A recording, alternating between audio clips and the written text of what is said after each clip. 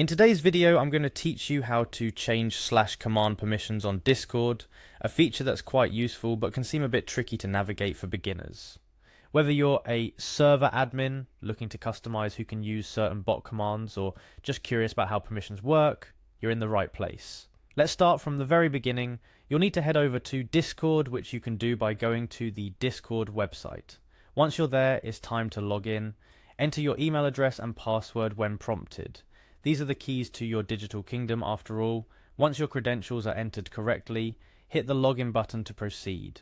Now that you're logged into Discord, you'll find yourself on the Discord home screen. This is your hub for everything happening in your Discord universe. Here you'll see a list of servers on the left side of your screen. Servers are essentially individual communities where you can chat, share, and interact with others. Click on the server for which you want to change /command permissions. Remember, you need to have the necessary administrative permissions on the server to make these changes.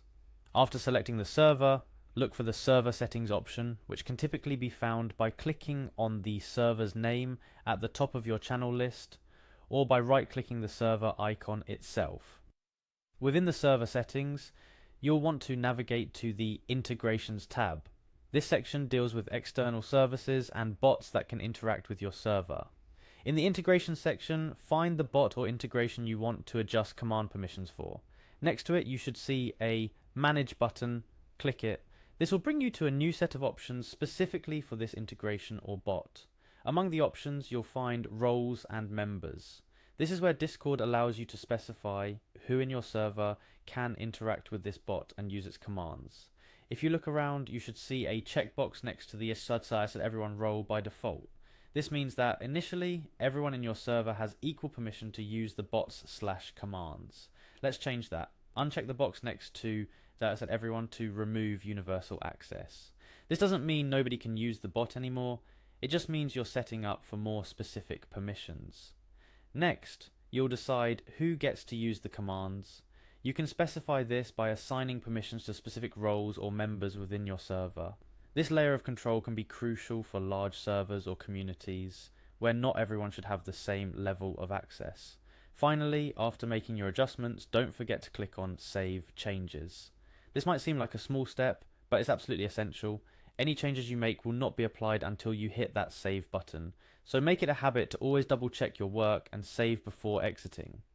There you have it. You've successfully navigated the somewhat complex world of Discord's /command permissions. This level of customization is what makes Discord such a powerful tool for community management.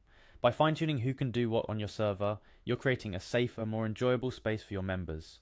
Remember, Discord is always updating and adding new features, so it pays to stay on top of changes to ensure your server remains the best place it can be for your community. Thank you for watching, and I hope this guide has made your Discord management a bit easier. Stay tuned for more tips and tricks to get the most out of your Discord experience.